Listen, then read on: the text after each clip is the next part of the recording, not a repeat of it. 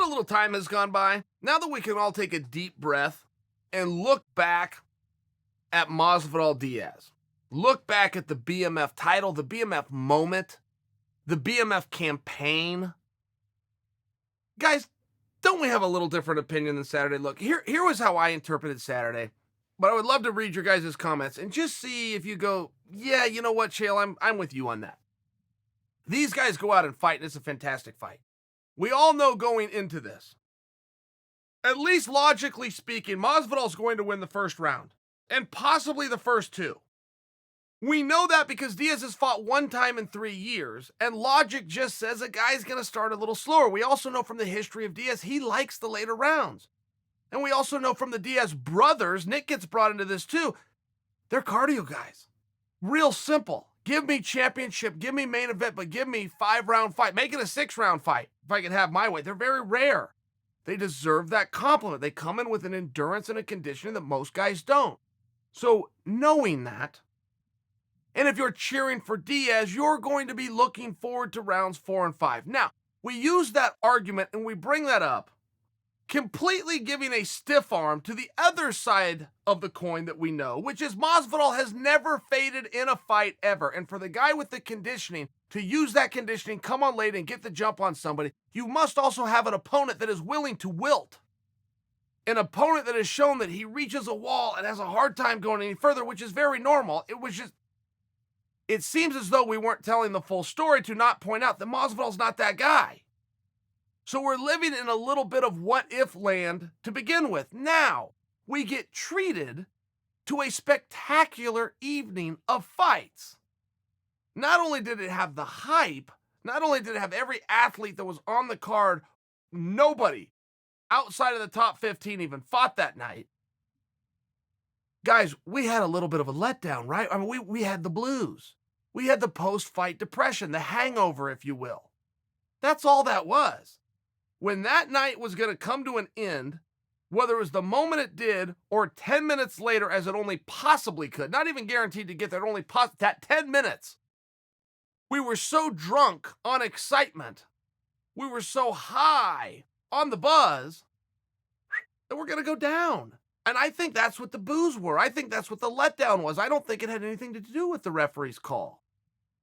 I really don't, in hindsight. Now, if that's a pie, is the referee's call a little sliver? Yeah, broad stroke, but I think probably only that. Probably 3 to 5% of that pie is all it represents. I think the other colossal lion's share of that just had to do with the night had come to an end. And we had so much fun. Is that a more fair assessment? I mean, there was a term coming out. Early doctor stoppage. I'd never heard it before. I believe it was coined on Saturday night. Early referees stoppage, like a TKO situation, something like that. Yeah, I've heard that before. I've even seen it. Early doctors stop. What? I had a kid one time, and I was coaching him, and it was his first tournament. And he wrestled. There was 2 rooms in the building that were holding matches for this tournament, and he was in a room that I wasn't in, so I missed his match. So Carmen comes up to me, and he had a little sweat going. I could tell he had a match. I said, Carmen, do you have a match? He said, yeah, I had my first match. I said, what happened? I wanted to see it. It was his first match. I wanted to see him as coach. He said, I barely lost by pin.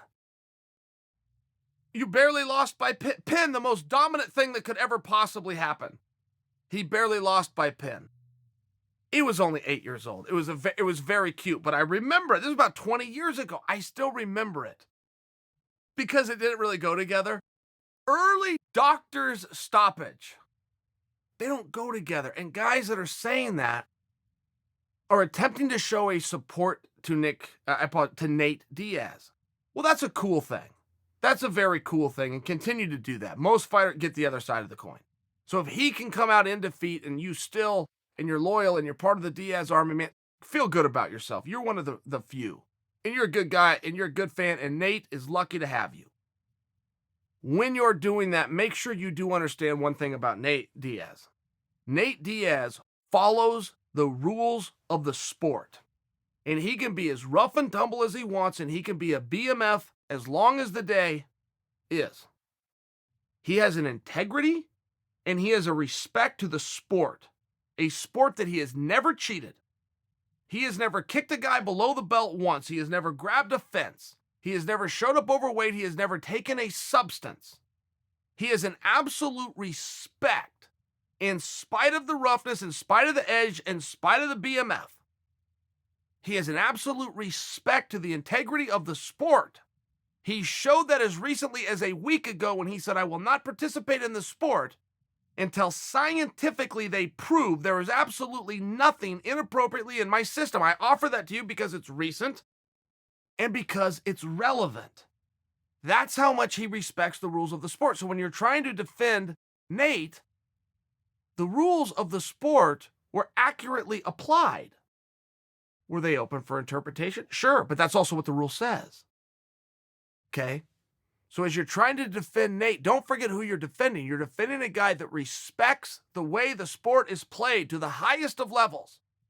The doctor says stop, we stop.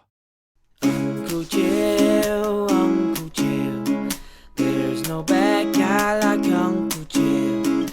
Never lost, not even a round. Undefeated, undisputed, oh yeah. Here comes the bad